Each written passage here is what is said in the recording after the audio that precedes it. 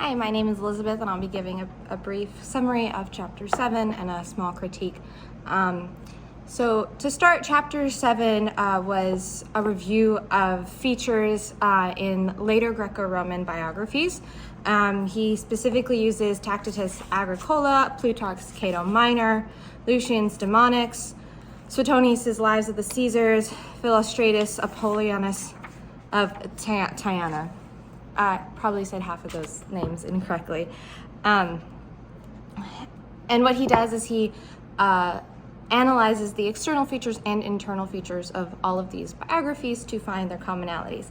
One critique I do have of his method, I would have liked to seen an analysis of a historical work during this time period, or some other type of work that is not biography, so that we could have seen what marks the differences between a biography and a historical piece of work.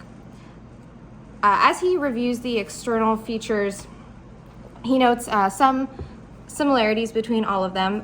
They all mention the subject's name at the very start of their works.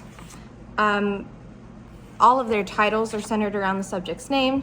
The literature of a biography within all of these later Greco-Roman biographies are characterized and focused on one person, even if the biography emphasizes different parts of that person's life. The emphasis is still always surrounding that one subject, whether it's their sayings, a climax of their life, their death, or if it's just a chronological sequence of their life.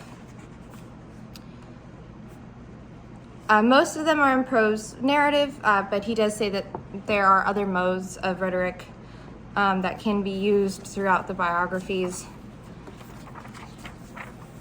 Lastly, all of the examples are formed from a similar range of literary units of stories and anecdotes, sayings and speeches, but they can be loosely connected in different ways.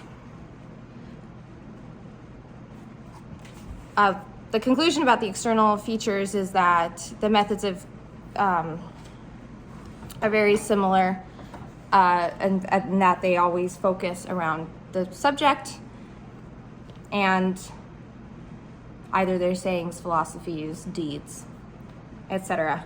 When he looks at the internal features, there are some things to note: that within the setting, the subject is always within the setting. There's never really descriptions of settings where the subject is not located.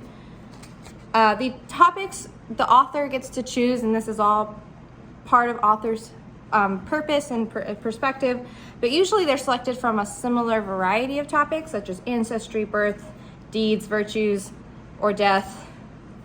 The style and atmosphere and purpose, intention and purpose, are all up to the author. There are similarities between the late Greco-Roman biographies that he analyzes, but those are the most flexible and dependent on the author.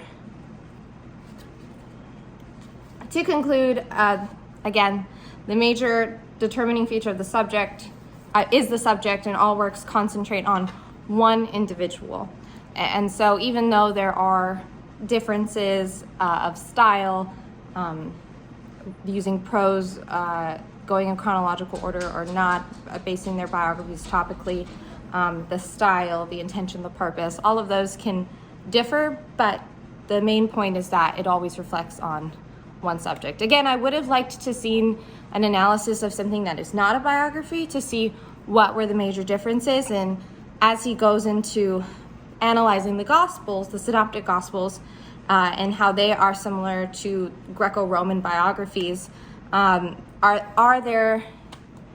is there a case, why is there an argument that those are historical books or not historical books, or etc. Thank you for watching.